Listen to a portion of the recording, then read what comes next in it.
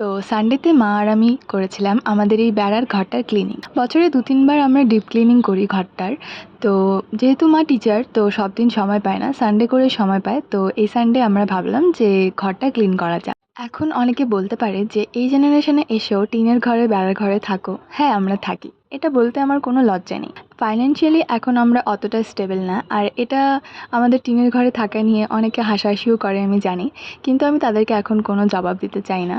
আর সময় আর আমার কাজই সবাইকে জবাব দিয়ে দিবে, তো আমি এইসব কথায় কান লাগাই না। আর যারা আমার ফাইন্যান্সিয়াল কন্ডিশন দেখে এখন হাসাহাসি করছে, তারা একদিন ঠিক বুঝবে যে তাদের এই হাসাহাসি করাটা আমার জীবনে এগিয়ে যাওয়ার একটা মূল কারণ হয়ে দাঁড়িয়েছে। কারণ তারা যদি হাসাহাসি না করতো তাহলে জীবনে আমি বড় কিছু করার কথা ভাবতেও পারতাম না।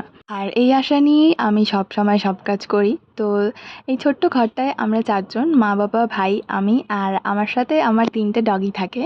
তারপর তো ঘরটা ক্লিন করার পর ফ্রিজটাও ক্লিন করে নিয়েছিলাম।